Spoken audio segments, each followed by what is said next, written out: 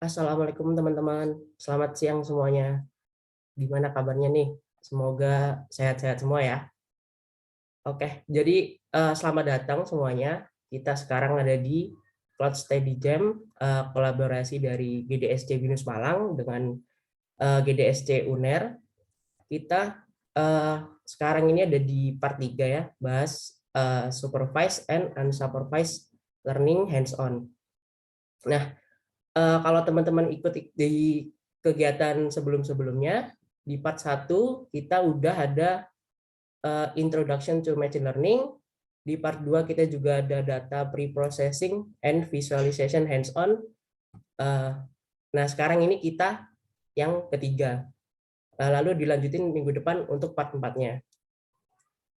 Nah, sebelum kita masuk ke materi, kita bacain dulu ya rules-nya untuk di Zoom ini. Saya share screen sebentar. Oke, jadi buat teman-teman, ini ada peraturan untuk di Zoom kali ini ya. Saya bacakan dari yang pertama, peserta wajib memasuki room dengan menggunakan format nama peserta underscore nama. Yang kedua, peserta yang mengikuti acara diharuskan menggunakan virtual background yang disediakan oleh panitia. Yang ketiga, selama acara berlangsung, peserta wajib menonaktifkan mikrofon kecuali jika ada instruksi dari MC. Jadi nanti bisa ngidupin mikrofon kalau udah sesi Q&A ya teman-teman. Yang keempat, peserta dilarang spam, dilarang mencoret-coret layar, dilarang share screen, dan membuat keributan selama acara berlangsung. Bila peserta melanggar peraturan yang berlaku, kami selaku panitia berhak mengeluarkan peserta dari room Zoom. Yang kelima, peserta diwajibkan men-screenshot pada saat acara berlangsung yang nantinya akan digunakan sebagai bukti kehadiran di absensi. Jadi teman-teman yang nanti akan mengisi absensi jangan lupa ya untuk men-screenshot saat acaranya berlangsung. Nomor 6, absensi akan dibagikan saat akhir acara pada chatroom. Yang terakhir, seluruh peserta diharap untuk mematuhi tata tertib demi kelancaran acara. Oke, mungkin teman-teman yang udah join boleh mulai diganti ya format namanya. Tuh. Mungkin itu aja untuk peraturannya dari aku. Stop sharing dulu. Semoga dapat dipahami. Nah, itu untuk virtual background-nya boleh ini ya. Coba cek di chat sudah dikirim. Dan untuk teman-teman yang tidak keberatan boleh banget ya untuk open cam juga sama kita. Oke, mungkin kita undang narasumber kita kali ini ya, yaitu Mas Chandra. Halo Mas Chandra, gimana nih Halo, kabarnya? alhamdulillah. Mas, aku tanya-tanya dikit boleh ya sebelum kita masuk ke materi? Boleh? Oke, Mas Chandra ini sekarang dengar-dengar lagi di Taiwan ya Mas? Ya, alhamdulillah ada kesempatan buat lanjut doktoral di sini. Jadi ya diambil aja lah, dinikmati hidup. Udah berapa lama Mas di Taiwannya? Nanti rencana ya 3 tahun, tapi sejauh ini sudah 2 tahun. Saya juga sudah master di sini kan. Jadi in total sekarang menginjak tahun ketiga.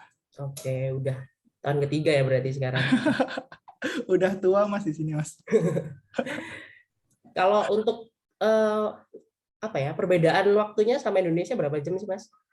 Kalau di sini lebih cepat 1 jam. Jadi kita ikut waktu WITA, jadi ikut waktu Bali. Oh, Tapi kalau sekarang jam 2, 2:04. oh ya, di sini jam 1 lebih. Jam Oke. 1 lebih seperempat. Oh iya Mas, Singkat kita ya. kan iya. Ya nanti kan akan bahas unsupervised sama supervised learning nih Mas. Nah, Mm-mm. kalau boleh tahu nih, Mas Hendra ini di bidang machine learning ini kira-kira udah berapa tahun Mas? Udah berapa tahun? Udah 4 tahun ya? Udah 4 tahun kurang lebih lah. Oke. Dulu Kalau skripsi ngambil apa dulu ya? Klasifikasi clustering dulu pakai mm, apa itu active learning. Kemudian untuk S2 saya pakai semi meta supervised. Jadi mengkombinasikan asumsi semi supervised sama supervised gitu. Jadi membuat cabang baru rencananya kayak gitu, tapi masih kita kaji lebih dalam. Apakah asumsinya kuat? Apakah ada beberapa yang perlu diperbaiki?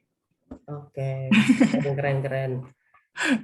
Kalau boleh tahu Mas, sebelum ke apa ya, machine learning ini, sebelumnya di ini apa Mas, di apa, bidang engineering lain kah, atau dari awal terjun udah ke machine learning ini? Mungkin udah kayak kata jatuh cinta mungkin ya. Oh gitu. Dulu itu ada banyak sekali kan Ya. cabang-cabang skripsi yang di UNER. Terus saya tertarik sama NLP pada saat itu. Pada saat itu klasifikasi, saya pikir klasifikasi itu cenderung gampang. Jadi daripada sebar kuesioner terus panas-panas di luar, mending di rumah aja kita ngoding, kita selesaiin skripsi, lulus. Sesimpel itu. Iya. Jadi saya sudah jatuh cinta dari pandangan pertama, Mas. Oke. Jadi seneng ya ngulik ini ya. Iya, saya Oke. sudah. Berarti mungkin ini deh, daripada berlama-lama mungkin kita udah bisa mulai masuk materi ya. Untuk Mas Chandra, terima kasih, dipersilakan untuk share materinya. Oke. Oke, kita sharing dulu. Stop. Oke, apakah teman-teman bisa melihat share screen saya? Bisa ya? Bisa Mas, aman. Oke. Assalamualaikum warahmatullahi wabarakatuh. Selamat siang semuanya. Eh, selamat duduk di depan komputer selama 1 jam ke depan, karena kita bakal berdiskusi tentang live coding, tentang supervised dan unsupervised learning. Sebelum kita membahas tentang materi, izinkan saya untuk memperkenalkan diri. Saya,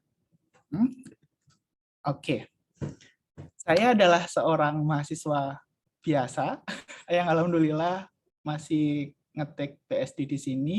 Saya dulu lulus S2 di NCGU, kemudian saya juga sama seperti teman-teman S1 di Erlangga tahun 2016 sampai 2020. Itu adalah organisasi-organisasi saya, research interest yang tadi sudah saya diskusikan sama Mas Hafiz. Terus intellectual property alhamdulillah ada 3, kemudian awardee alhamdulillah ada 2. Oke, kita langsung masuk ke materi aja. Machine learning. Saat ini machine learning itu sudah menjadi trending topik ya kan. Jadi mulai dari MIT, mulai dari bisnis-bisnis besar, mulai dari pemerintahan itu sudah mulai membicarakan machine learning. Dan machine learning ini adalah salah satu teknik yang fleksibel banget, bisa diterapkan di segala segmen masyarakat, entah itu atas, menengah, sampai dengan bawah. Jadi sangat lagi tune in lah saat ini machine learning ini. Kemudian sebelum kita jauh membahas machine learning, kita perlu mengenali machine learning itu sendiri. Machine learning itu diciptakan oleh Arthur Lee Samuel pada saat itu, dan Arthur Lee Samuel ini adalah penemu besar machine learning. Dia ingin membuat machine learning catur. Jadi mungkin pada saat itu orang-orang lagi sibuk mungkin ya, dan abang-abang ini pengen main catur. Jadi dia membuat suatu machine learning agar dia bisa main bersama mesinnya dia. Sesederhana itu. Kemudian machine learning berkembang ilmunya sampai saat ini. Machine learning saat ini itu didefinisikan menjadi banyak form, dan ini Chandra coba mengcombine definisi-definisi yang ada menurut IBM, menurut expert AI, dan menurut Google. Ketiga definisi ini memiliki kesamaan, yaitu machine learning adalah sebuah cabang artificial intelligence yang bertujuan untuk mengimprove akurasi, entah itu performance, tanpa adanya explicitly program. Jadi nggak ada yang namanya analisis manual, terus membuat model manual, dan lain sebagainya. Atau bisa dikatakan kita hanya membuat suatu algoritmanya, nanti modelnya itu akan belajar secara sendiri. Kayak gitu. Oke, setelah kita mengetahui machine learning itu secara garis besar dibedakan menjadi 4. ini banyak sekali yang digunakan, banyak sekali peneliti yang menggunakan 4 ini. Yang pertama supervised learning, unsupervised learning, semi-meta supervised, dan reinforcement learning. Tapi di Indonesia, kita masih fokus di supervised learning dan unsupervised learning. Berdasarkan data, kita bisa sampai 6 rate per bulan untuk supervised learning. Tapi untuk reinforcement learning itu masih 3, bahkan semi-supervised sampai 1. Oleh sebab itu, di siang hari ini kita bakal membahas tentang supervised learning dan unsupervised learning. Untuk semi-supervised dan reinforcement learning nanti bisa dibahas lebih lanjut mungkin di pertemuan-pertemuan berikutnya. Oke, kita bahas satu persatu. Supervised learning. Supervised learning itu adalah sebuah mesin learning yang berupa function untuk memappingkan input terhadap suatu output berdasarkan sampel yang ada, atau kita bisa sebut data training. Supervised learning ini bisa kita bagi menjadi 2 bagian, klasifikasi dan regresi. Contohnya ada di sebelah kanan. Kalau klasifikasi itu kita membagi suatu dataset menjadi 2, yang warna biru dan warna merah. Kemudian untuk regresi, itu kita tidak membagi, tapi memprediksi suatu angka dari sekumpulan input, seperti itu. Nanti kita jelaskan satu persatu. Klasifikasi. Oke, secara sederhana, klasifikasi itu memappingkan input terhadap output sebagai target, label, atau kategoris lah. Dan secara matematik diformulasikan seperti ini. F, X sama dengan Y. Ini adalah satu-satunya formulasi matematika yang digunakan di siang hari ini. Jadi teman-teman yang menghindari matematika bisalah belajar machine learning cara sederhana di siang hari ini.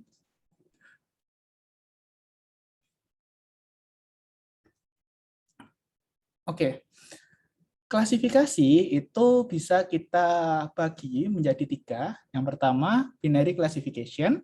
Yang kedua, multi-class classification. Yang ketiga, ada multi-label classification. Bedanya apa? Binary classification itu membagi suatu dataset menjadi 2 label. Jadi, label kelas positif dan negatif.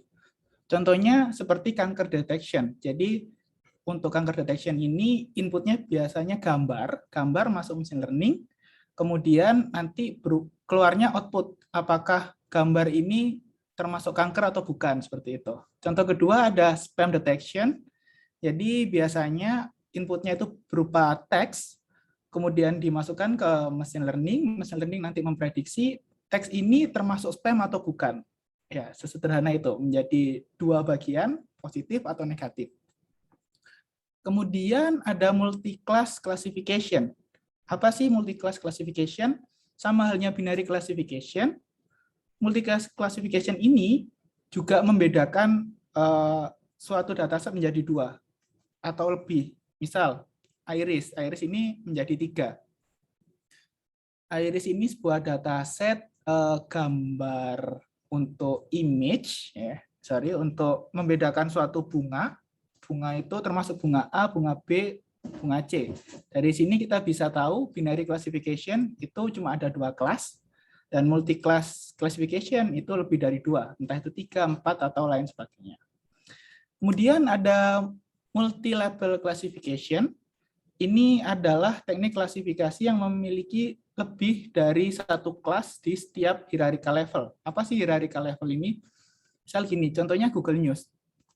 Google News itu membedakan yang pertama bahasa. Jadi label bahasa, kelasnya itu ada bahasa Spanyol, Indonesia, dan lain sebagainya. Kemudian ada tentang tipe. Tipe itu bisa sport, bisa movie, dan lain sebagainya. Jadi satu dataset tapi punya 2 label, masing-masing label itu punya beberapa kelas.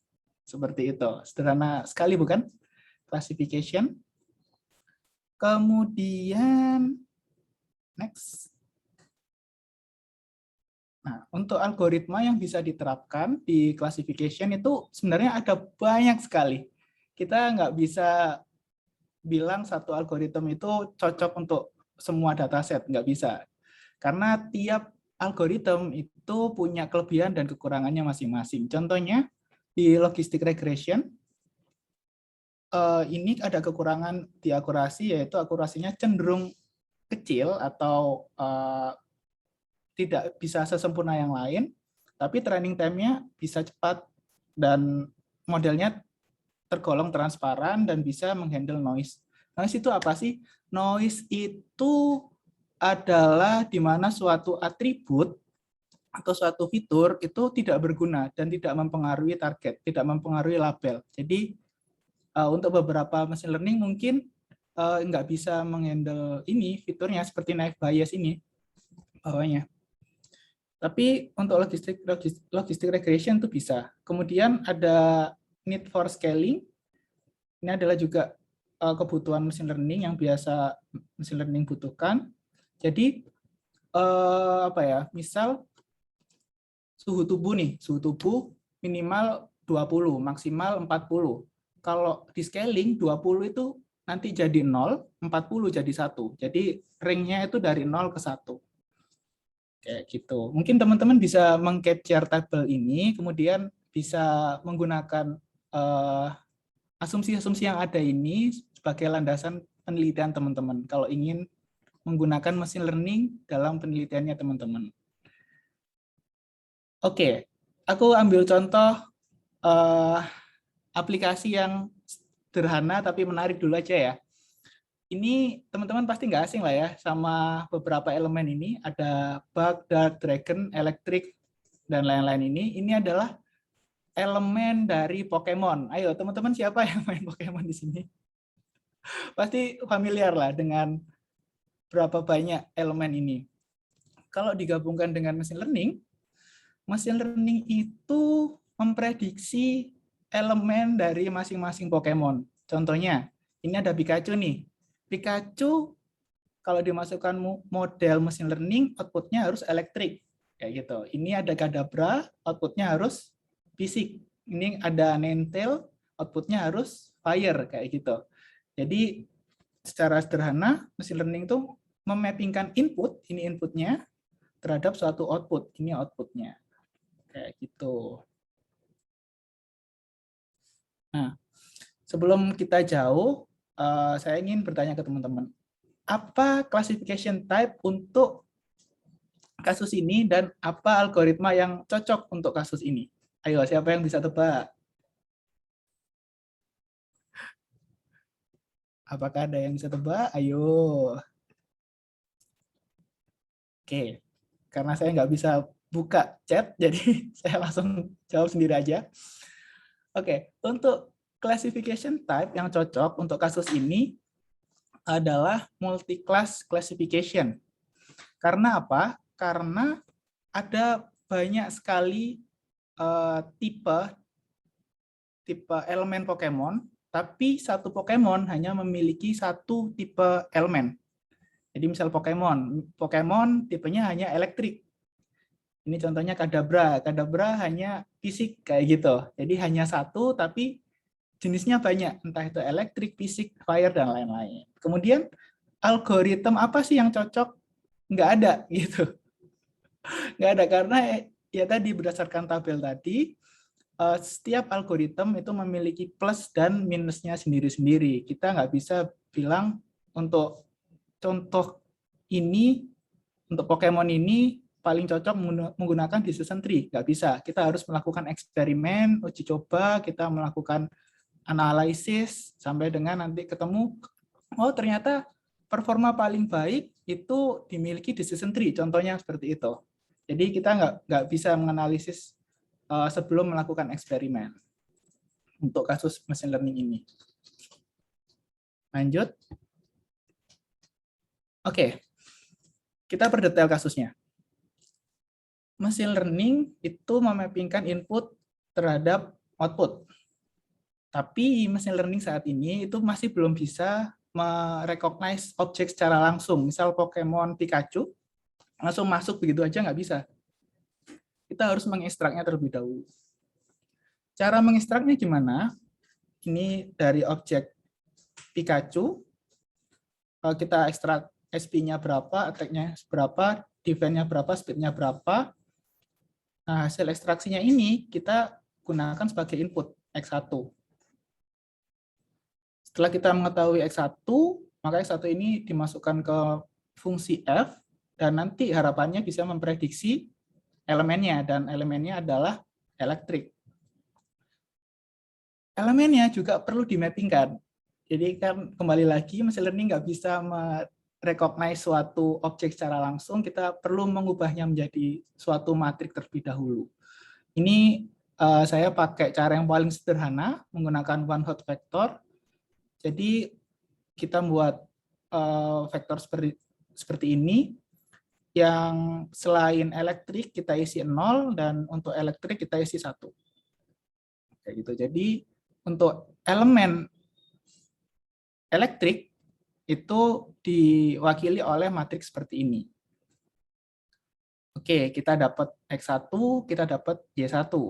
Setelah itu biasanya kita bakal mentraining X1 ini agar mendapatkan output Y1. Biasanya seperti itu. Nanti kita bakal peragain bagaimana cara membuat functionnya ini di dalam menggunakan bahasa pemrograman Python. Oke. Aku cenderung asumsikan kita sudah paham konsep dasar klasifikasi. Jadi kita langsung ke real case-nya, iris dataset. Di siang hari ini Chandra bakal pakai iris dataset. Ini adalah data dummy yang cukup sederhana. Fiturnya hanya 4, sepal length, sepal width, petal, dan petal width. Dan labelnya juga cuma ada 3, ada Sentosa, Versicolor, dan Virginia. Ini adalah contoh datasetnya. Untuk Sentosa itu memiliki petal. Ini di dalam bunga. Itu cenderung lebih pendek dari Versicolor atau Virginia. Sebaliknya, untuk sepal Sentosa itu lebih luas daripada sepal-sepal yang lain. Seperti itu. Ini adalah contohnya. Oke, kita langsung aja ke analisis datasetnya. Menurut teman-teman nih, apa sih classification type-nya dan apa algoritma yang cocok nih? Ayo, siapa yang bisa jawab? Panggil nama aja ya. Ayo, Mas moderator, pilih satu deh.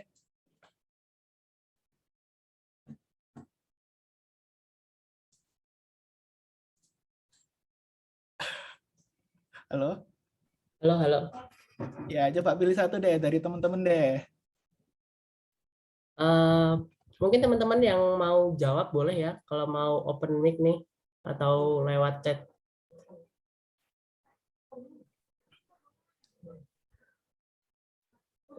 Apakah ada chat yang masuk?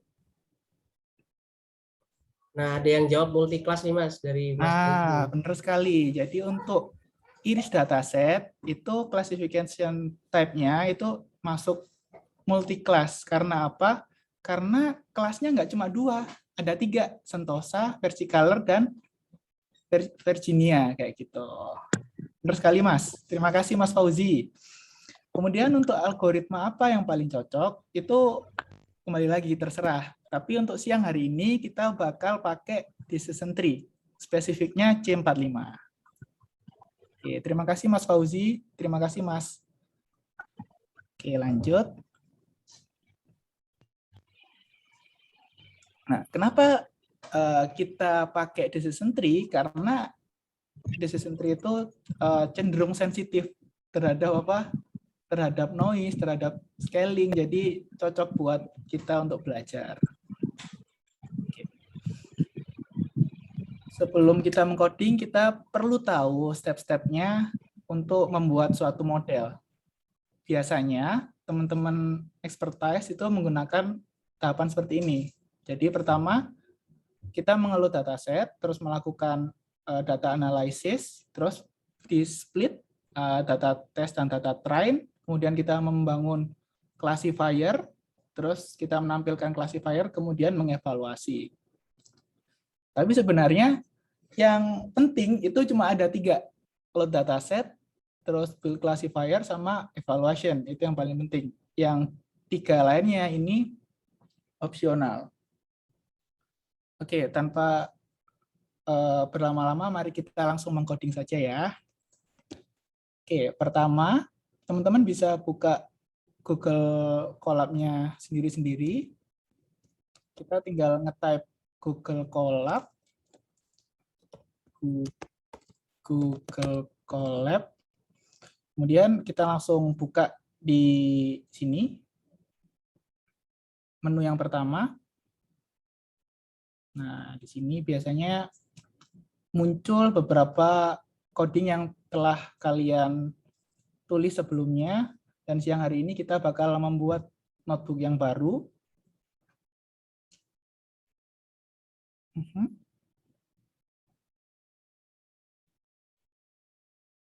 Classification. Oke, kita ubah dulu namanya. Classification. Itu. Ingat, yang pertama kita perlu punya datanya dulu. Jadi kita meload datanya, caranya gimana?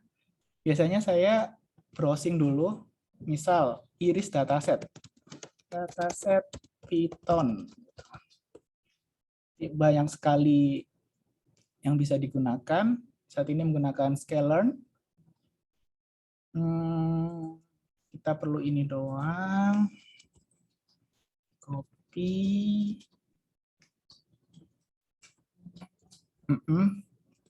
Setelah kita import, kita load dulu datasetnya ya. Data sama dengan dataset dot load iris.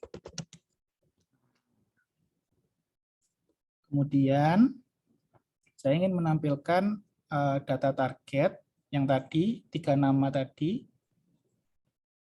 Caranya gimana? Data target.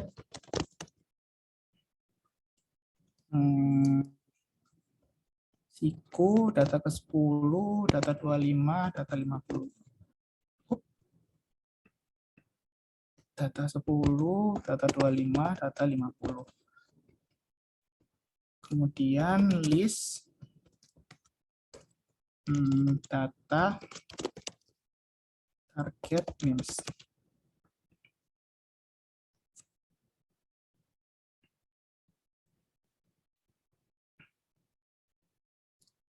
Nah, oke. Dari sini berarti dataset kita sudah sukses di load. Setelah itu saya ingin menampilkan semua dataset. Caranya gimana? Seperti minggu lalu, yang diajarkan minggu lalu, kita import dulu library-nya. Pandas, id, terserah, id, df, data, pd, data frame, data, koma, columns, data, fitur name. Features name. Features name. Kemudian kita masukkan data targetnya. Data target, data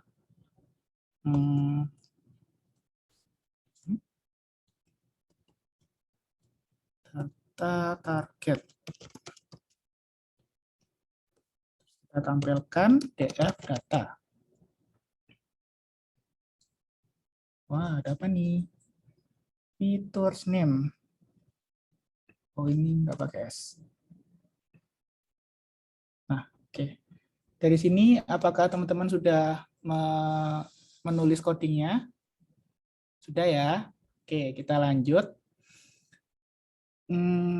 Di sini saya ingin nampilin semua data, ternyata ada 150 data. Indeksnya dari 0 sampai 149. Oke, kita lanjutkan. Setelah kita mengeload data, kita lakukan exploratory data analysis yang biasanya orang-orang lakukan aja ya, biar lengkap lah. Kalau teman-teman mau langsung build classifier juga boleh, cuma saat ini kita coba yang normal-normal dulu. Exploratory data analysis. Oke. Kita import matplotlib pgplot pgplot as plt biasanya. Oke. Import cburn as sns.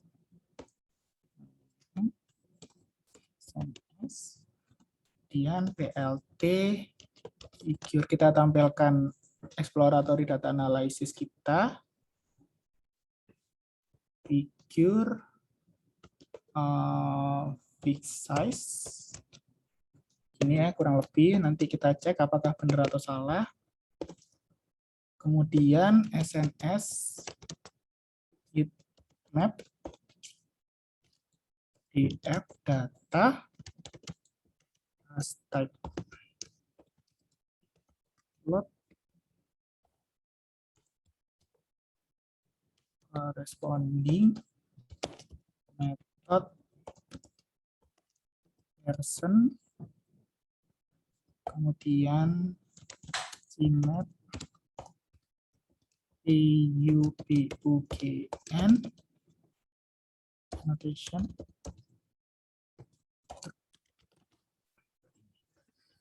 Cek, oh ada yang error ternyata. Ini float is not understood. Oh ya, ini harusnya pakai T, bukan banjir.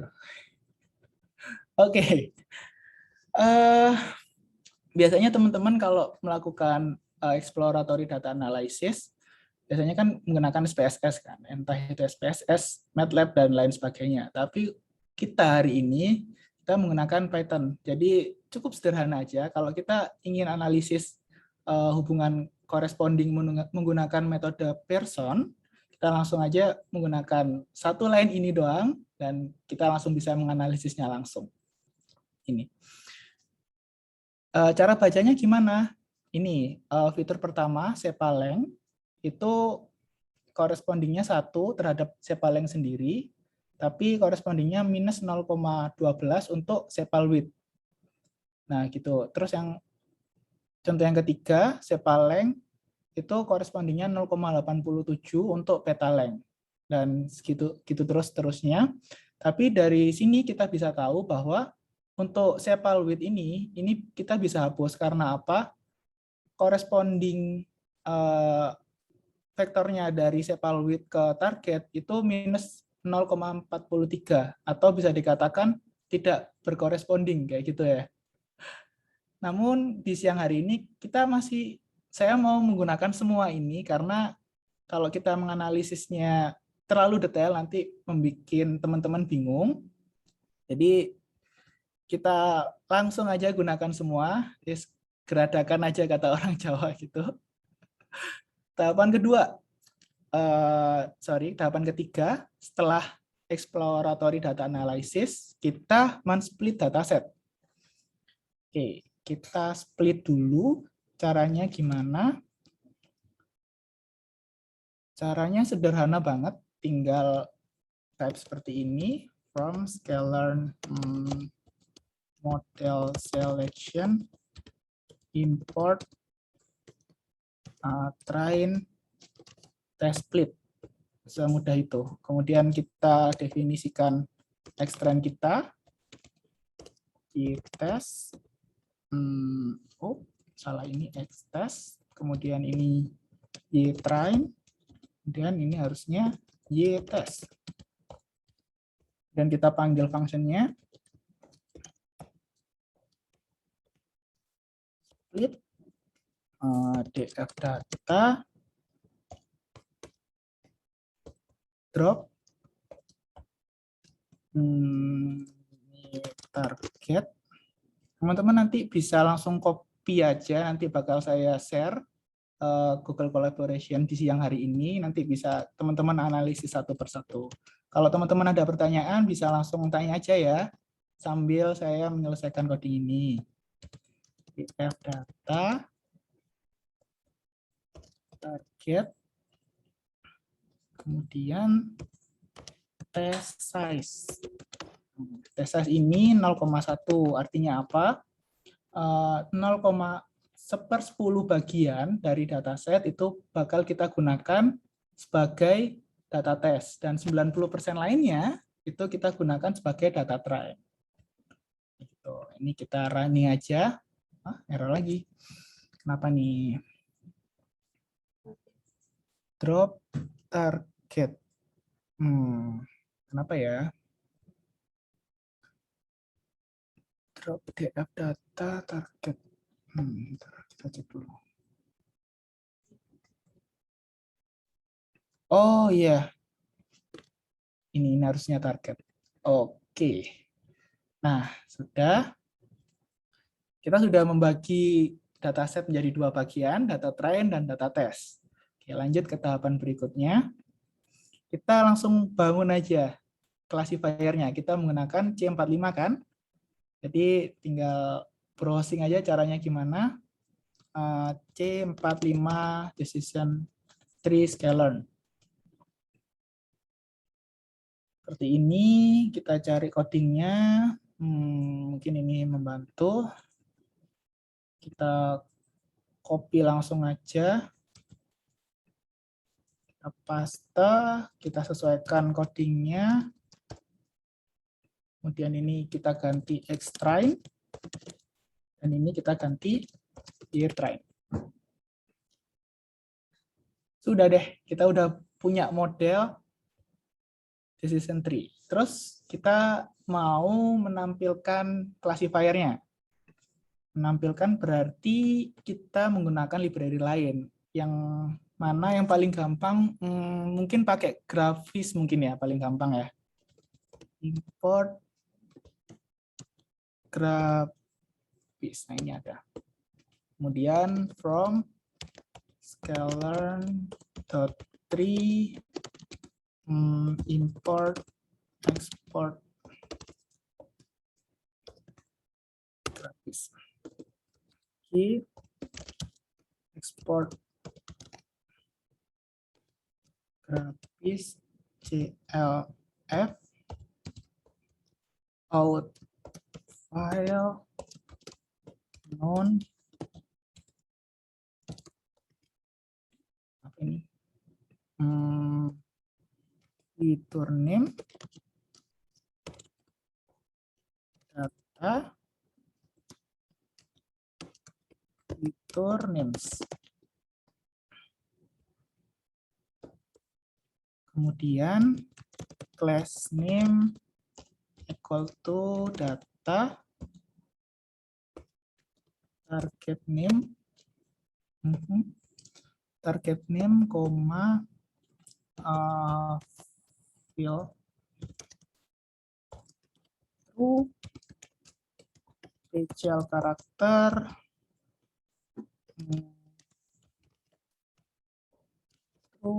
kemudian kita tampilkan grafiknya, grafis source key, kemudian lagi special karakter build true,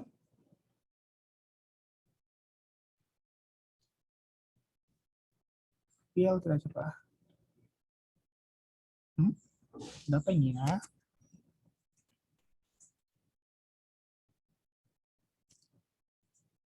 Field FILLID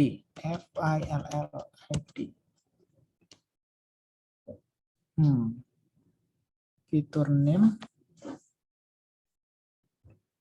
no, special karakter sebentar. Kita coba benarkan mungkin ada tipenya. Mana tipenya?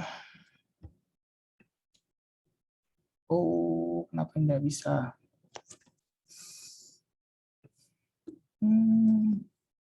Argumennya 2 kali. Oh, oke, kita coba. Mungkin ada tipe di luar sana, kita nggak tahu. Oke, berarti tadi ada tipe, entah di mana, mungkin di file out file ini. Tadi ada S di sini, jadi nggak tipe, jadi sintaknya error. Setelah kita mengetahui tipenya di mana, maka outputnya langsung keluar. Decision tree yang sudah kita coding tadi sudah ada hasilnya di sini. Gitu. Sederhana banget, sederhana banget. Setelah kita tampilkan classification-nya, langkah terakhir yaitu tinggal kita evaluasi aja deh. Caranya gimana? Kita lakukan prediction, X-test, kemudian kita tampilkan hasil prediction kita dengan hasil prediction yang seharusnya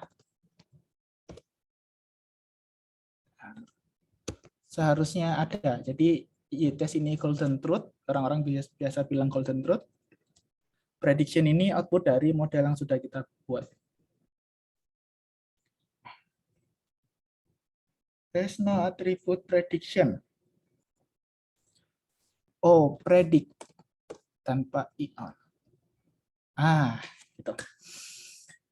Ini kita bisa lihat ternyata model yang decision tree yang sudah kita buat itu akurasinya cukup bagus ya.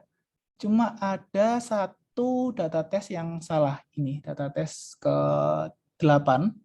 Harusnya 1, tapi model kita mengklasifikasikan datanya menjadi 2.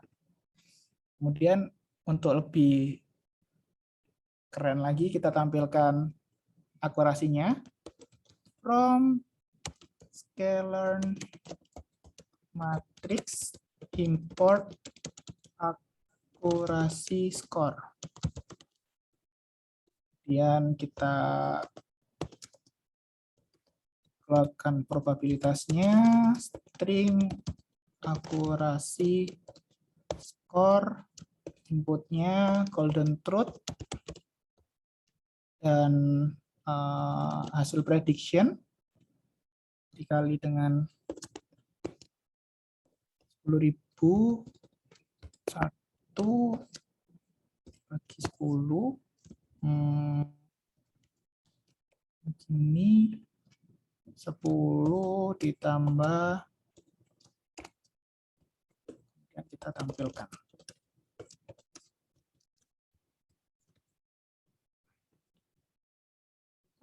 Error lagi. Oh, kenapa ya?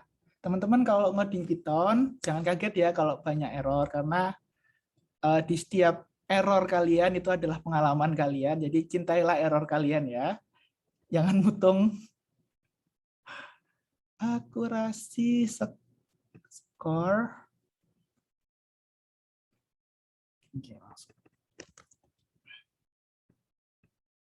Akurasi skor. Nah, akurasi skor kita ternyata 93%. Sudah sampai saat ini, berarti kita sudah melakukan satu siklus klasifikasi dari load dataset, dari exploratory data analysis, membagi dataset menjadi 2, terus membangun classifier, terus melakukan penampilan tree, sampai evaluasi. Oke, kita kembali ke bahasan kita. Oke, setelah kita mengetahui konsep dasar klasifikasi dan juga bagaimana mengcoding klasifikasi secara sederhana, kita lanjutkan ke topik bahasan kita yang kedua, yaitu regression. Regression ini adalah salah satu topik yang mungkin saya benci dulu ya, karena banyak sekali angka dan dan tergolong susah menurut saya dulu. kemudian setelah saya belajar lebih dalam tentang regression, ternyata regression sama classification itu mepet-mepet, bisa dibilang mepet-mepet. Jadi nggak bisa dibedakan langsung, ini regression, ini classification, nggak bisa. Mungkin aja suatu case itu regression, dan classification mungkin aja suatu case itu termasuk regression dan classification. Jadi ada hubungannya lah classification sama regression. Oke, kita kembali ke topik kita. Menurut definisi, regression itu adalah sebuah teknik ya, untuk memappingkan continuous Y yang Y ini dari input X. Kalau tadi Y-nya itu kan bersifat ordinal, jadi elemen-elemen itu kan bersifat ordinal, nggak ada tingkatan apa ya, elektrik lebih bagus daripada air, nggak ada. Jadi semua bersifat sama, datar kayak gitu. Kalau regression, Y-nya itu ada tingkatannya. Jadi nanti akan kita jelaskan lebih detail tentang regression.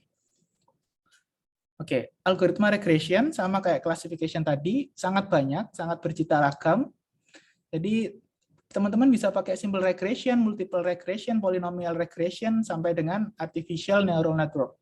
Metode-metode ini atau algoritma-algoritma ini memiliki plus dan minusnya sendiri. Jadi teman-teman bisa pakai salah satu aja, nggak ada di sini algoritma yang paling bagus, itu nggak ada. Semua perlu dilakukan eksperimen terlebih dahulu. Oke, saya ambil contoh sederhana aja. Jadi di suatu pabrik itu ada temperatur. Jadi ada temperatur, jika temperaturnya 24, ada 10 produk yang gagal. Jika temperaturnya 22, ada 5 produk yang gagal. Begitu seterusnya. Nah, temperatur dalam kasus ini itu bisa kita asumsikan sebagai X, yaitu input. Dan produk gagal itu bisa kita asumsikan sebagai Y, yaitu target prediction. Seperti itu. Terus kita bisa membuat diagram dari data tabel kita. Kita bisa tahu bahwa temperatur 8 itu punya kegagalan produk berapa gitu. Temperatur 10 punya kegagalan, misal ini 14 kayak gitu. Nah, di sini di regression tugas kita tuh membuat suatu model. Modelnya gimana? Ini saya ambil contoh pakai linear regression yang paling sederhana banget. Jika inputnya 4, temperaturnya 4, maka defeknya harusnya 10 kayak gitu. Dan gitu seterusnya. Oke, saya percepat karena waktunya sudah mulai mepet. Kita langsung ke real case-nya aja, Boston Housing. Oke, untuk regression step sama halnya dengan klasifikasi, regression step juga memiliki 6 tahapan secara umum, tapi memiliki 3 tahapan yang opsional sebenarnya. Jadi teman-teman bisa langsung load, langsung build regression, langsung evaluation juga bisa. Oke, langsung kita coding saja. Pertama kita buka file baru. Kita namakan regression.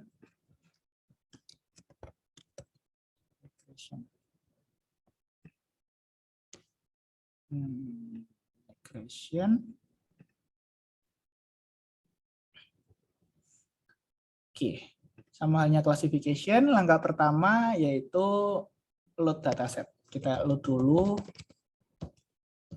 Nanti asp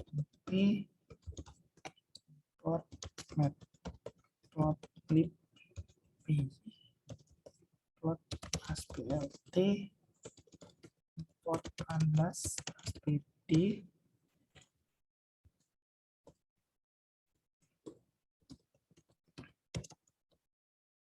Seaborn as SNS. Kita jalankan dulu.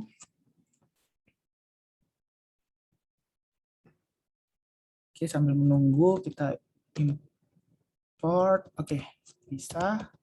Sklearn datasets import Boston dataset. Upload. Oke, kita import saja. Oke, setelah kita import, saya ingin lihat isinya apakah sudah benar. Kita convert dulu ke Pandas biar lebih gampang. Data frame, Boston, dataset, data, columns, Boston dataset, terus fitur names, kemudian Boston. Oke, kita tampilkan. Nah, ternyata input dataset kita sudah benar. Langsung kita lanjutkan aja ke pembangunan. Oh, sorry. Jangan dibangun dulu. Kita bagi dua dulu, training dataset sama testing dataset ya kan. Sama seperti classification tadi. Caranya gimana? Caranya kita import dulu sklearn model selection, import train test split. Kemudian extrain,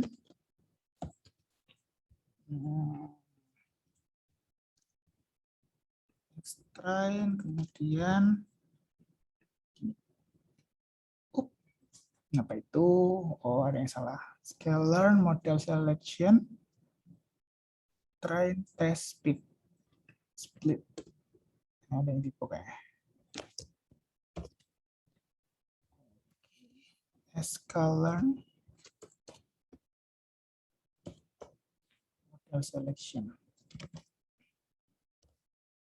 Nggak ada. Oke, langsung kita copy saja.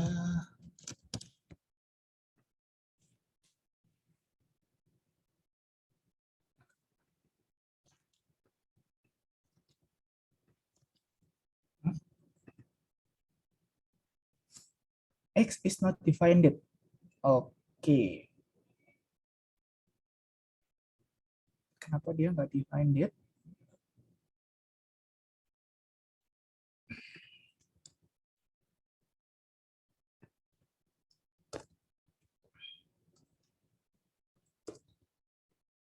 Tes. Oh, iya. Kurang satu.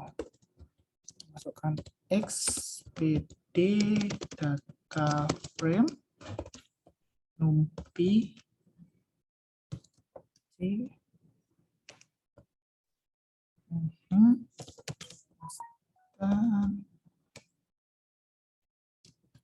ls start dan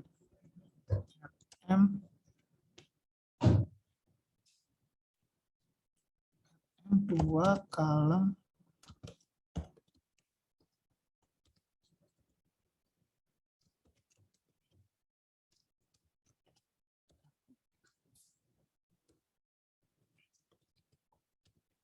dengan Boston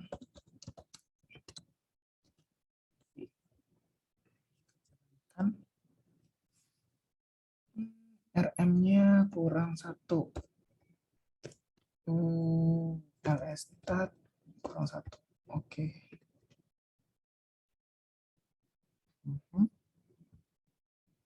Netv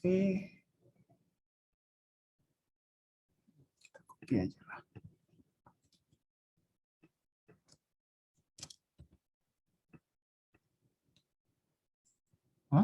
Nggak bisa. Nah, kita cari dulu permasalahannya. Mungkin ada yang salah ini. Oh iya.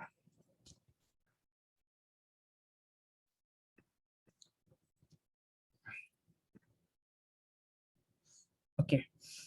Kesalahannya ini karena targetnya belum dimasukkan. Targetnya kan MATV. Jadi saya barusan masukkan targetnya.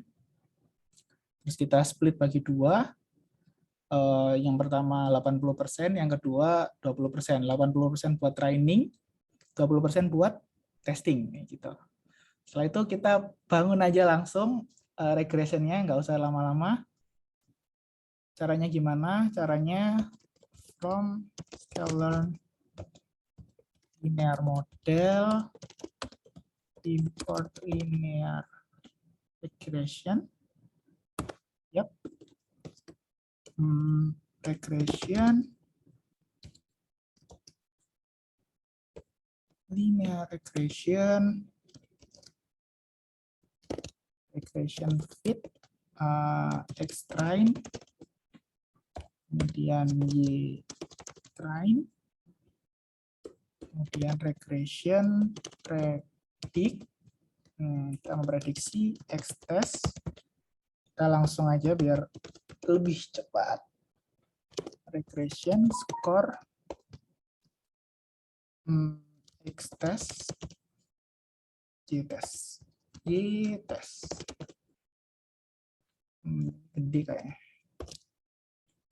Oke. Hasilnya untuk evaluasi R2 akurasinya 1. Jadi ini sangat bagus. Kemudian kita lakukan evaluasi.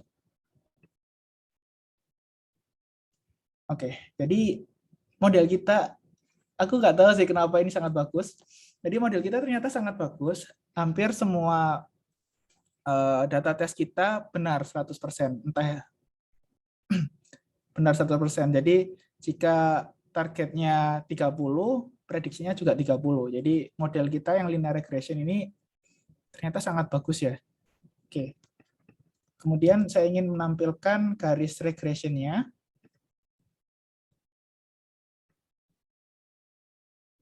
Menggunakan ini x-train, bla bla bla, koefisien, shape, NumPy, koefisien reg 2. Koefisiennya nggak ada. X-train, koefisien. Koefisien. Kita analisis satu-satu.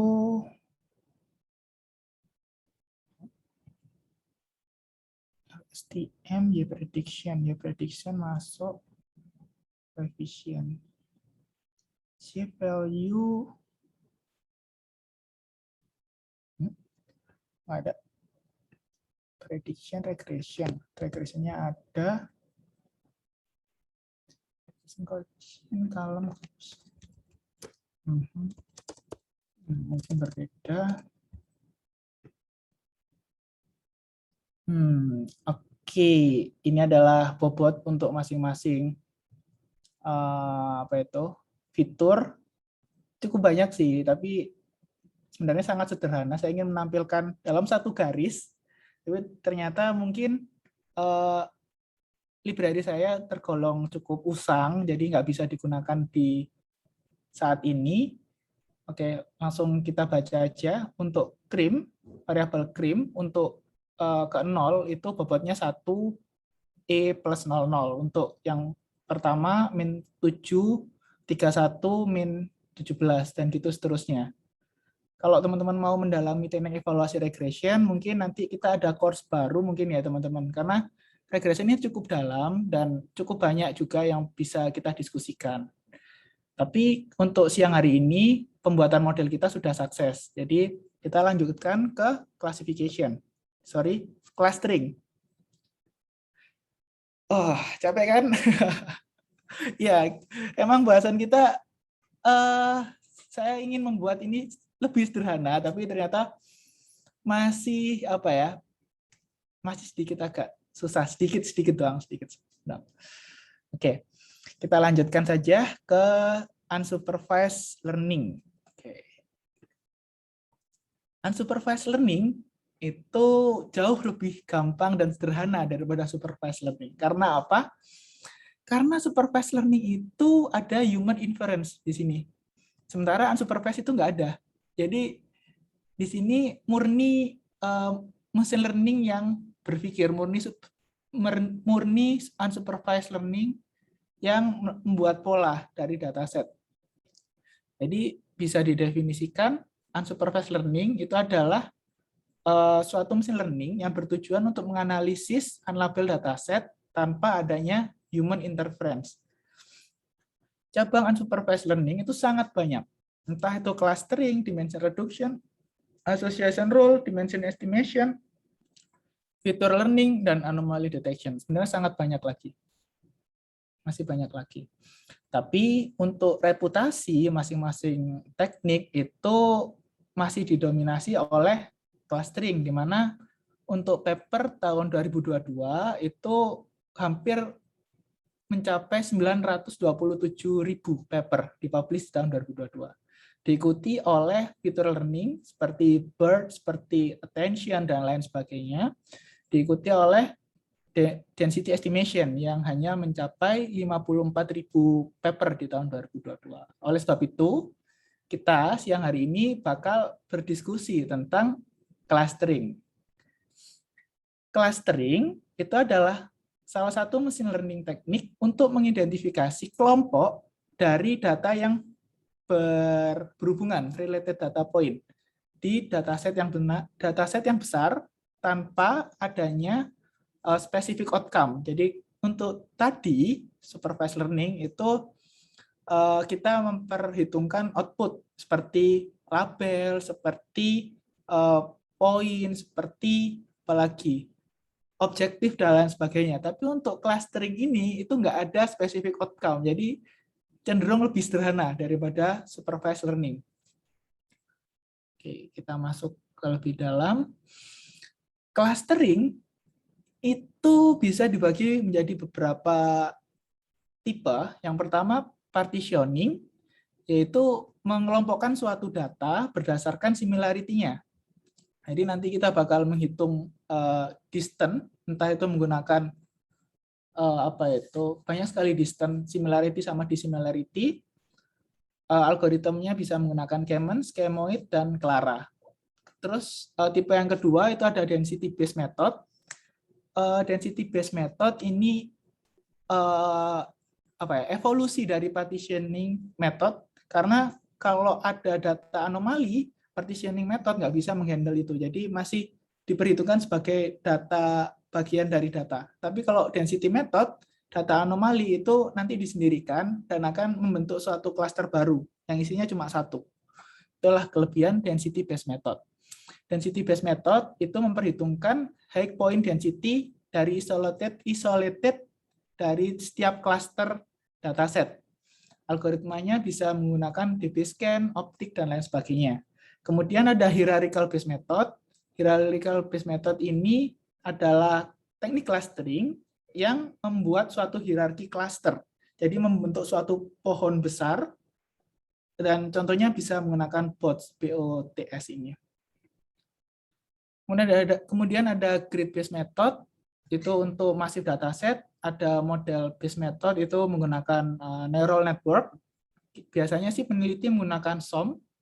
Kemudian ada constraint based method, itu gabungan antara clustering sama supervised.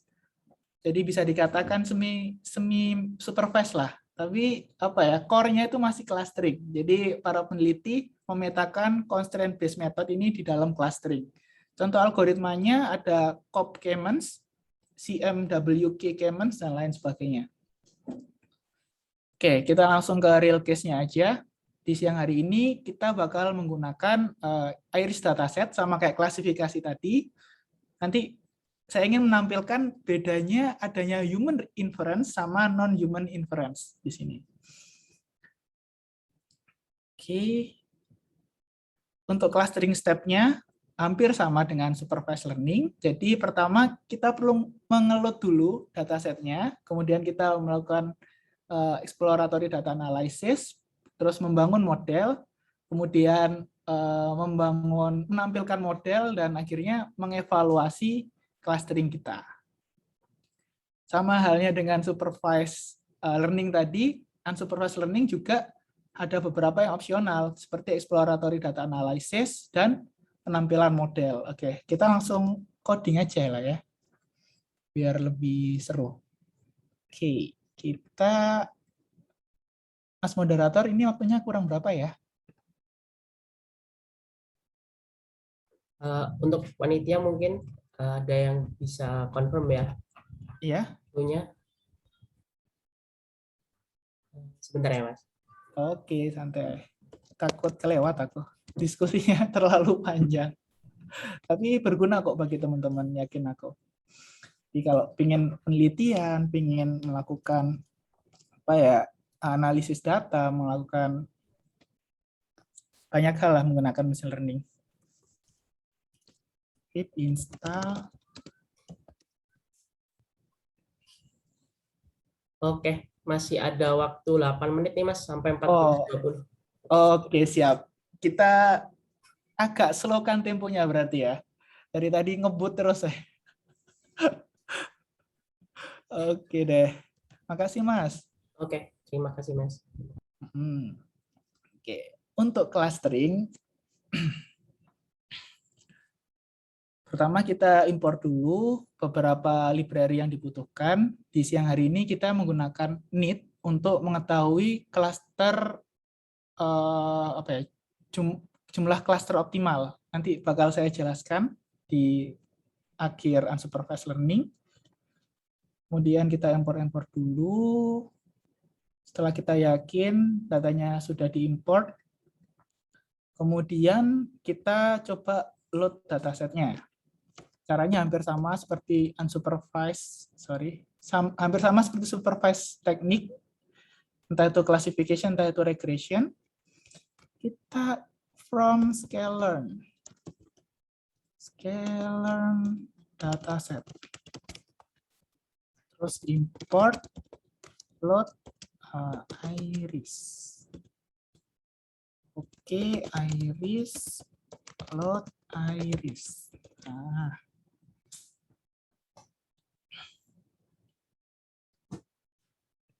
kemudian kita lakukan exploratory data analysis. Data titik dua data iris target. Oke, kita dapat X dan Y-nya.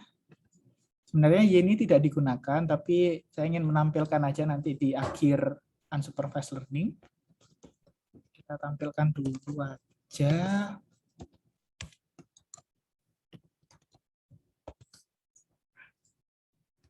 X titik 2, 0, X 2, 1.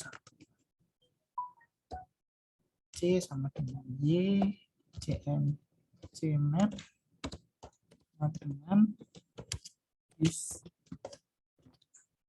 rainbow. Oke, kita tampilkan X label virtual length. Kita tampilkan Y-nya, Y label virtual WI TTH. Oke.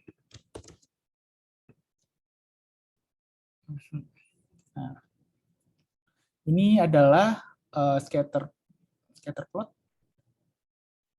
Ini adalah grafik yang dihasilkan dari adanya interference dari manusia. Jadi kita bisa lihat data biru dan ungu ini masih bercampur. Tapi nanti kalau kita menggunakan clustering, data merah itu bakal sendiri, data biru ini bakal sendiri, dan data ungu ini bakal sendiri. Nanti bakal kita lihat bedanya di akhir section clustering ini. Pertama kita buat dulu klasternya. Di sini kita mau bikin menggunakan K-means aja yang sederhana. K-WordPress.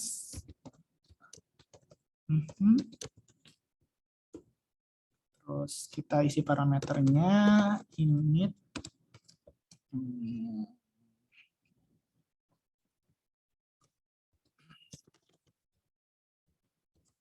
Random. N ini 10 Mas Peter,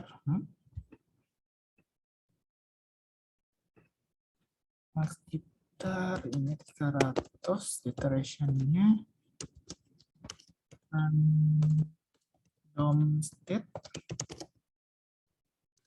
ini 42. Kemudian kita pakai SSE biar gampang, sum square error. Kemudian kita buat looping for, kita analisis satu-satu menggunakan, nanti bakal saya tampilkan. Bentar ya. Kita in ring 1,11 K-mans and cluster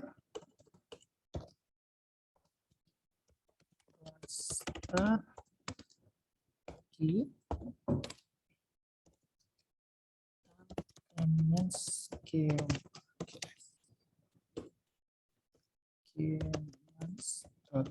fit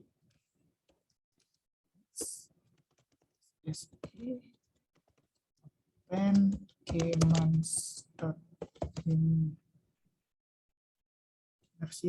inertia ya. Oke, kita running aja dulu. Oke, K-mans is not defined. Oke, mungkin karena belum diimport.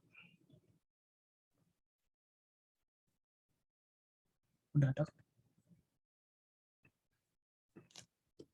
Oh ya.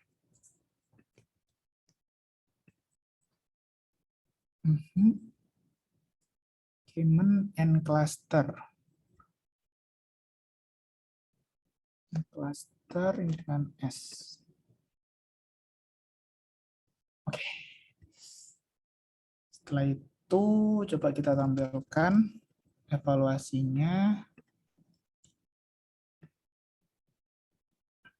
Oke. Di sini kenapa saya tadi 4K range 1 sampai 11 karena saya ingin mencari titik optimal suatu klaster. Jadi banyak sekali cara untuk menentukan titik optimal suatu klaster. Salah satunya pakai need atau pakai elbow lah bahasa kerennya. Dari sini kita bisa lihat ternyata sikunya itu ada di titik 3. Cara analisisnya gimana? Analisisnya lebih ke human judgment. Jadi tiap orang memiliki persepsi yang berbeda-beda. Tapi untuk saya, menurut saya, ini jatuh di 3 karena membentuk tumpuan sikunya ada di 3 di sini. Nah, oke, kita lanjutkan. Jika teman-teman ada pertanyaan bisa langsung tanya ya. Kenapa pakai ini? Kenapa pakai ini? Kenapa nggak pakai ini? Kayak gitu. Nanti kita diskusikan bersama di bawah. Terus kita perkuat asumsi saya tadi menggunakan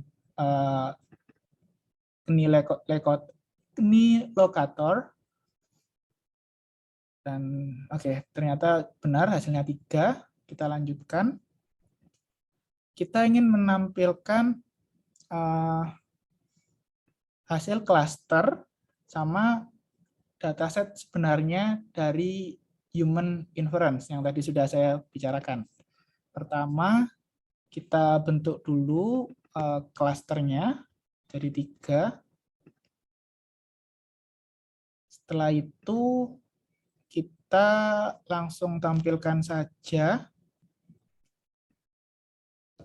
new labels K-min label figure access PLT subplots 1, 2 fixed size 12,7. 12,7 ini berarti panjangnya 12, tingginya 7. Jadi nanti kita bentuk figur yang lebih lebar. Ya, lebih lebar untuk persegi panjang biar gampang dianalisis. Kemudian ada beberapa lain, banyak sih, nanti saya jelaskan lah. Oke. Halo Mas, Ya. mungkin ngingetin sedikit ya, waktunya udah ini nih. Oh, oke. Ini Oh, terakhir, Mas. Thank you ya, ya. oke. Ah, ah.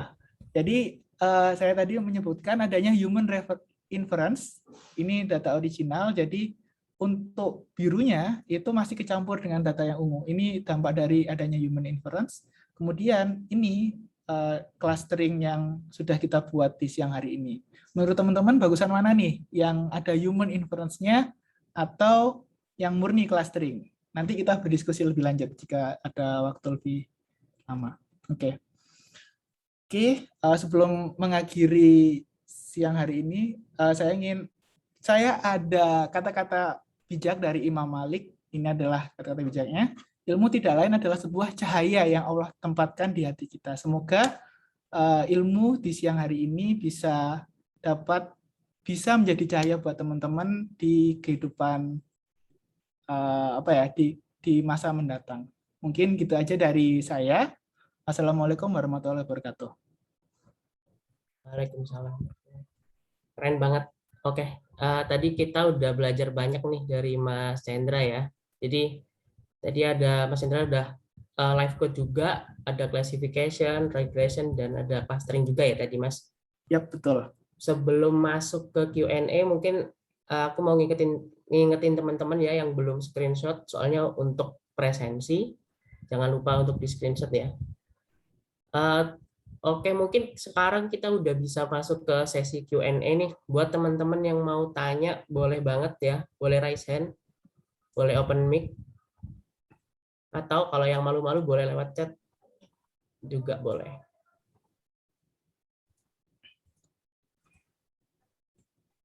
Ayo, siapa nih? Atau yang bisa jawab deh tadi, yang ada human inference sama non-human inference yang hasil clustering. Menurut teman-teman, bagusan mana nih? Yang ada human inference-nya atau yang murni machine learning belajar sendiri? Yang ini. Nah, sebelum itu ada yang mau tanya nih kayaknya dari Mas Oh, Amar. boleh. Nih. Dipersilakan Mas Amar, boleh open mic-nya. Baik, terima kasih Mas Moderator telah memberikan waktu. Saya ingin tanya Mas kepada Mas Putra, tapi terkait tentang metode klasifikasi gitu, nggak masalah kan? Boleh, bebas. Jadi sebenarnya tuh untuk multi kelas itu yang paling cocok apa gitu ya Mas? Oh, Jadi untuk klasifikasi, untuk klasifikasi. Baik, ayo kita kembali ke klasifikasi. Bentar, mana ya? Algoritmnya kah? iya. Ya, untuk algoritma untuk saat ini nggak ada yang paling cocok, Mas. Saya dulu pernah, boleh pengalaman dikit lah ya. Dulu pernah eyel-eyelan lah bisa dikatakan berdiskusi sama salah satu dosen di Universitas Brawijaya. Kita berdiskusi, saya berpendapat bahwa deep learning itu sangat bagus dan menjadi suatu algoritma yang overpower menurut saya dulu.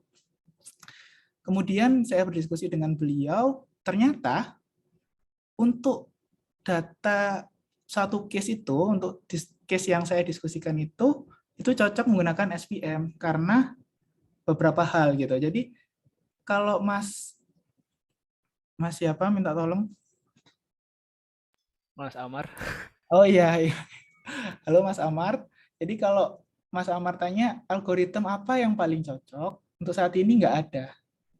Algoritma itu kayak manusia lah, nggak ada yang sempurna. Kalau logistic regression ya kita tahu bahwa training time-nya cepat tapi akurasinya rendah gitu. Kalau decision tree nggak butuh scaling tapi akurasinya rendah kayak gitu. Jadi kalau kita ingin mengetahui untuk multi class classification metode atau algoritma apa yang paling cocok, kita harus melakukan eksperimen, Mas. Jadi biasanya paper-paper yang Hektier itu mereka menggunakan semua metode ini, bahkan kemudian membandingkan performanya. Performa yang saya tahu itu ada F1 score, ada akurasi, precision, and recall. Biasanya mereka pakai keempat ini, kemudian dari keempat ini kita bisa mengetahui untuk kasus multi-class case apa, itu cocok menggunakan algoritma apa, kayak gitu. Berbeda-beda, Mas, tergantung datasetnya. Ditambah, para peneliti itu menyebut kasus-kasus ini sebagai karakteristik dataset. Jadi kalau Mas baca paper tertentu gitu, dia pasti menulis untuk karakteristik dataset, misal sentiment analysis gitu, itu lebih cocok menggunakan KNN atau decision tree atau support vector machine SVM kayak gitu. Jadi kalau Mas pengen eksperimen, Mas bisa coba semua algoritma ini 1, 2, 3, 4, 5, 6, kemudian mengkomparasi hasilnya, evaluasinya. Setelah itu baru bisa diketahui bahwa dataset Mas itu cocok menggunakan algoritma apa, kayak gitu, Mas. Apakah menjawab? Alhamdulillah menjawab, Mas. Berarti tergantung kayak datasetnya juga dan kasusnya apa gitu ya. Nah, betul sekali, betul sekali.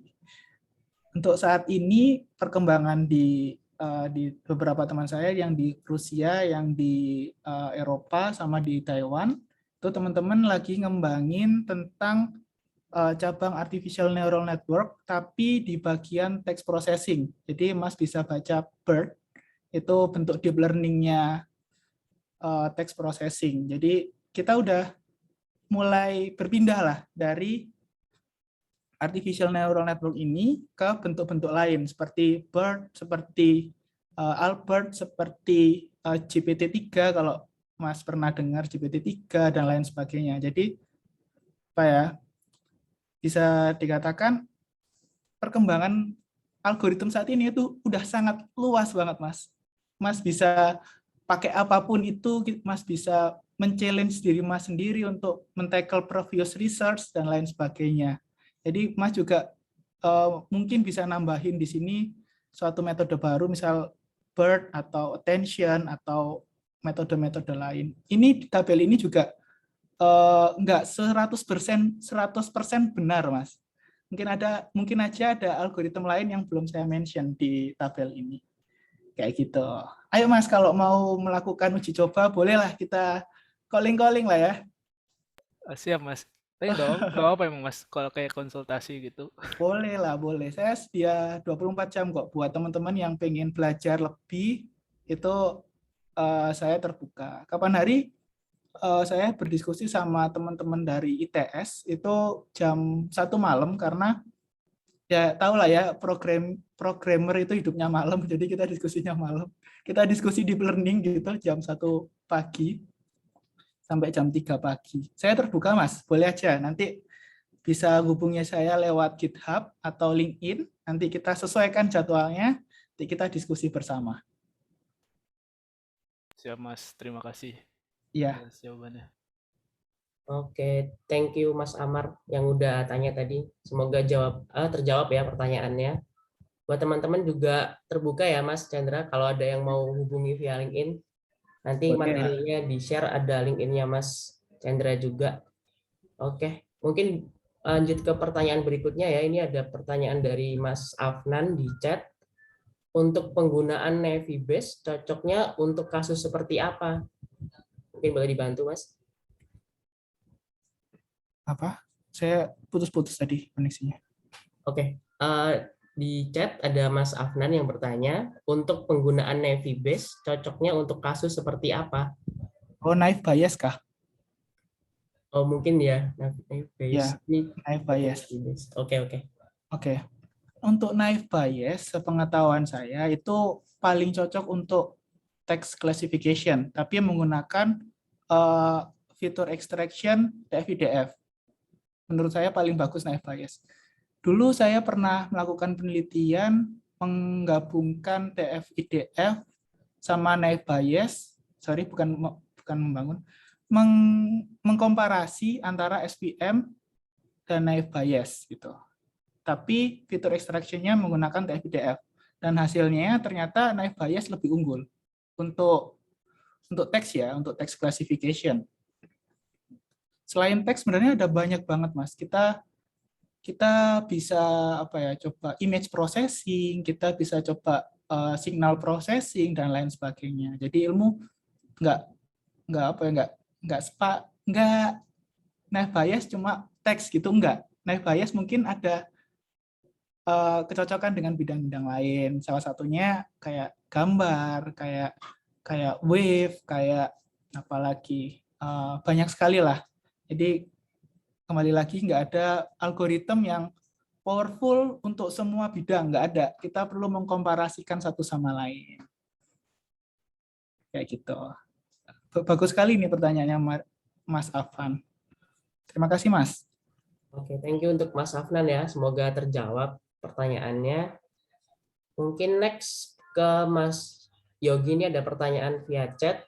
Apakah iklan di Facebook dan IG Ads bidang keilmuannya termasuk machine learning, Mas? Oh, oke.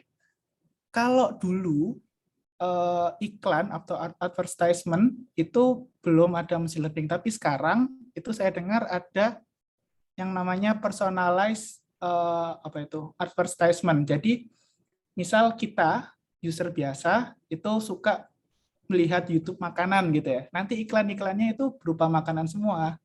Jadi misal saya suka takoyaki gitu atau rendang daging. Nanti iklan-iklan saya ya berupa makanan yang cenderung ke rendang daging kayak gitu. Terus saya ingin menjawab pertanyaan, apakah iklan di FB atau IG sekarang termasuk machine learning? Iya, sekarang masuk machine learning. Karena sudah ada personalized tadi. Jadi mesin sekarang itu sudah pintar memprediksi kepribadian kita. Misal tadi contohnya Cendra suka makan rendang daging, iklannya rendang daging semua gitu. Cendra suka main game, iklannya game semua. Kayak gitu, Mas Yogi. Oke, jadi buat teman-teman yang scroll IG tiba-tiba ada iklan yang kiranya cocok, jangan kaget ya, itu namanya personalized ads. Iya, itu kepribadian kalian. Oke. Jadi jangan kaget ya, itu Jangan kaget. udah pinter itu machine learning-nya. Oke. Mungkin ada lagi yang mau tanya, mungkin satu kali lagi ya. Boleh raise hand atau via chat dari teman-teman.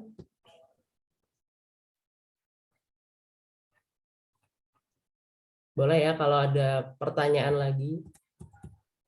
Monggo. Ini ada pertanyaan menarik nih dari Mas Afnan nih. Kalau untuk orang yang suka berganti-ganti kepribadian, mesin bisa membacanya tidak? Waduh, bingung. Orang biasa aja susah, Mas. Machine learning juga harusnya susah. Kalau di suatu hari, kalau misal nih, Cendra hari ini suka makan, terus besok nggak suka makan. Waduh, mesinnya bingung dong. Ini Cendra suka makan nggak ini? Bingung sih Mas, harusnya Mas. Bingung. Tapi ada satu cabang ilmu baru sekarang yang namanya continual learning. Jadi mesin sekarang sudah bisa beradaptasi dengan adanya pergeseran domain knowledge. Nah, ini bisa kita diskusikan lebih lanjut.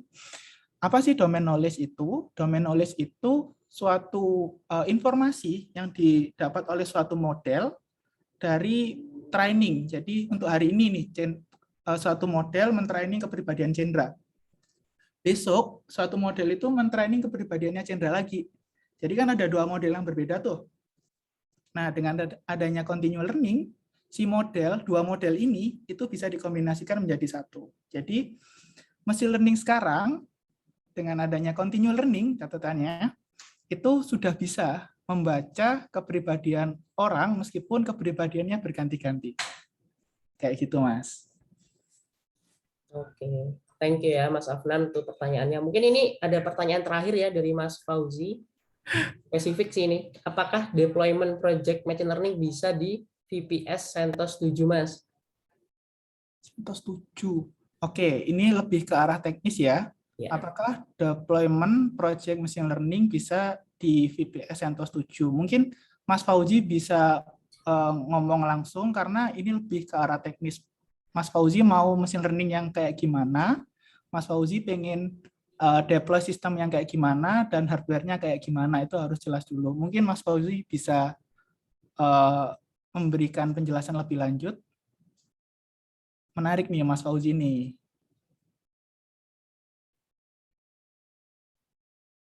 Oh, akan dihubungi Oh, nanti. oke. Nanti kita bisa berdiskusi lebih lanjut.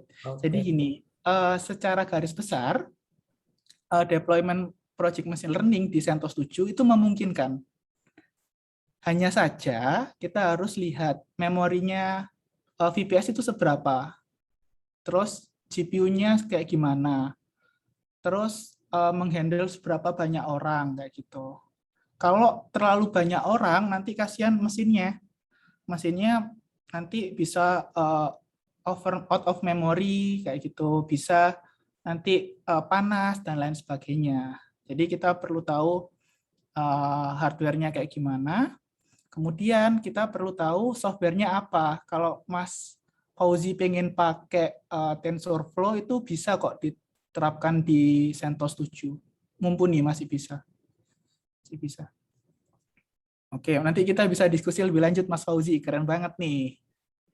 Oke, thank you buat Mas Fauzi. Nah, ini kayaknya ada yang mau tanya sekali lagi, nggak apa-apa ya, Mas? Ada yang Boleh, raise hand nih. santai Untuk aja. Mas Ricardo, dipersilakan, Mas. Oke. Makasih Mas. Ingin bertanya Mas terkait yang tadi clustering. Tadi kan pas di bagian yang tadi kalau nggak salah model evaluation ya, itu Ya, pakai elbow method ya. ya, elbow. Buat kalau nggak salah tadi buat cari jumlah cluster yang optimal. Ya, Nah, betul. itu masih agak sedikit bingung gitu tentang perspektifnya gitu. Kan tadi Oh, katanya itu untuk number of clusternya dicari itu yang miring kan, terus itu berdasarkan perspektif masing-masing kan. Nah, gimana sih cara nentuin yang paling tepat kita? Soalnya kan itu juga menentukan buat kita ambil insight-nya juga kan. Jadi dari model evaluasi kan juga menentukan jadi jumlah clustering nanti kita bentuk nanti mempengaruhi juga. Mungkin ada kalau selain metode ini mungkin ada metode lain yang mungkin lebih baik itu buat ini. Kalau saya tahu saya ada Silhouette kalau nggak salah ya. oh ya, betul sekali. Ya. Ya, Mungkin ya. itu aja Kak pertanyaannya. Betul sekali, Mas. Wah, ini berarti Mas boleh tahu namanya, tadi belum sebut nama. Namanya Richard. Oh, oke, Mas Richard. Keren banget namanya. Oke, Mas Richard, jadi elbow itu adalah teknik evaluasi untuk mengetahui cluster optimal. Jadi kalau kita lihat dari grafik SSE, optimalnya ada di 3. Terus untuk siluet itu tempatnya di mana sih? Siluet itu tempatnya di SSE ini. Jadi kalau kita menggunakan ini kan saya pakai SSE. Kalau kita menggunakan siluet itu juga membentuk grafik. Grafik misal grafik naik gitu, seret gitu kan. Nah, untuk penentuan klasternya kita juga bisa menggunakan elbow. Jadi misal sikunya di 3 gitu. Ya, di 3. Jadi kita apa ya? SSE itu tempatnya sama kayak siluet. Jadi untuk mengetahui kepadatan suatu klaster. Sementara elbow itu di atasnya SSE dan siluet. Jadi kita udah tahu siluetnya, kita udah tahu SSE-nya, baru kita evaluasi menggunakan elbow. Jadi kalau Mas menggunakan SSE dan elbow itu bisa, kalau Mas menggunakan siluet dan elbow itu juga bisa. Jadi tempatnya siluet itu bukan di elbow-nya, tapi di SSE-nya. Dulu Chandra ada pengalaman tentang ini evaluasi ini. Dulu saya kan clustering tuh, di skripsinya saya menggunakan clustering, saya menggunakan K-means++. Dulu ada penguji dari UNER, beliau sangat berkompeten lah, dia berasal dari lulusan Jerman pada saat itu. Dia mengargue evaluasiku pada saat itu karena saya kan menggunakan SSE saja. Kemudian beliau menanyakan, kalau siluet apakah hasilnya sama? Terus saya tampilkan SSE dan siluet dan ternyata hasilnya sama kayak gitu. Jadi kalau SSE-nya bagus, siluetnya pasti bagus. Kayak gitu. Itu cuma teknik evaluasinya aja, teknik scoringnya.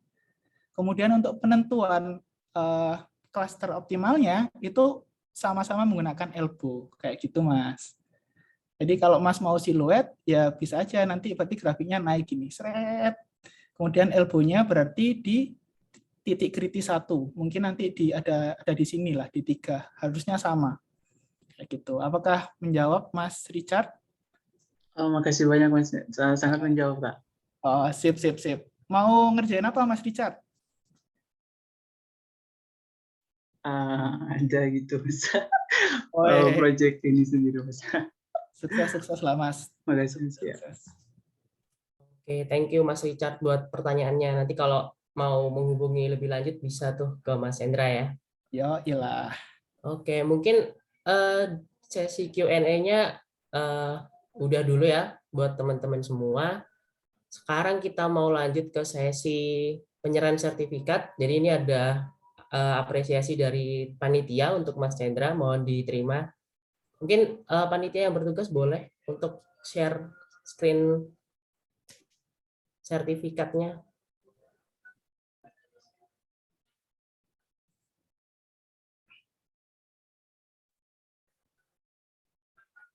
Nah, ini ada dari Kak Ridwan ya.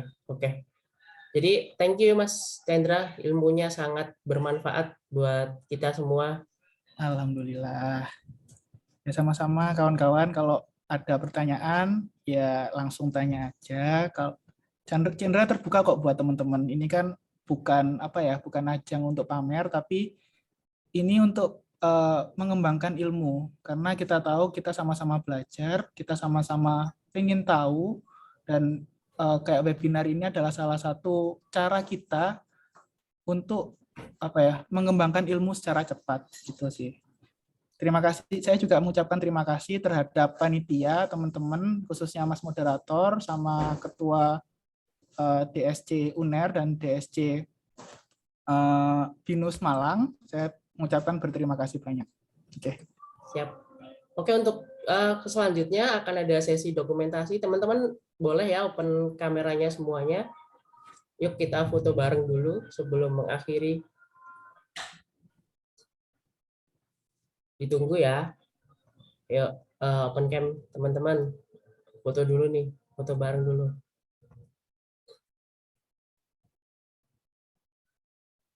Mungkin kita tunggu sampai 246. 1 menit lagi deh. Buat kasih kesempatan teman-teman open cam nih.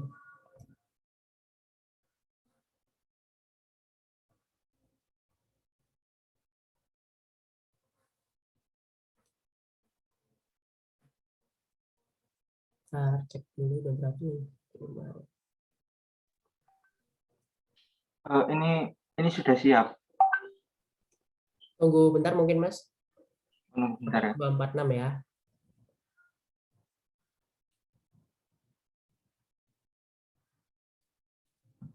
Yuk teman-teman, boleh ya open cam-nya. Oke, udah 246 sih. Boleh di foto aja Mas Akmal. Oh ya, sekarang ya. Ya. Oke. 1, 2, 3. Bentar, ini layar yang pertama. 1, 2, 3.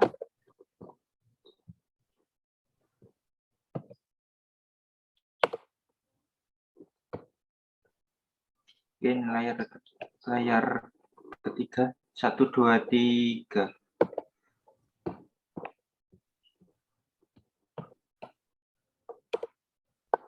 Oke, sudah selesai. Terima kasih. Oke, terima kasih. Jadi buat teman-teman semua jangan lupa ya, di minggu depan akan ada part 4 dari Study Jam Machine Learning ini, yaitu dengan materi Deep Learning. Terus jangan lupa juga di akhir study jam nanti akan ada study case challenge dengan jika ada 2 orang pemenang nanti akan mendapatkan hadiah yang menarik. Terus udah di-share juga di chat untuk link Telegram, bisa join ya buat nanti teman-teman diskusi sama mau tanya-tanya. Terus ada link absensi juga. Mungkin itu aja dari aku. Pamit undur diri dulu. Terima kasih banyak buat Mas Chandra dan sampai jumpa. Terima kasih.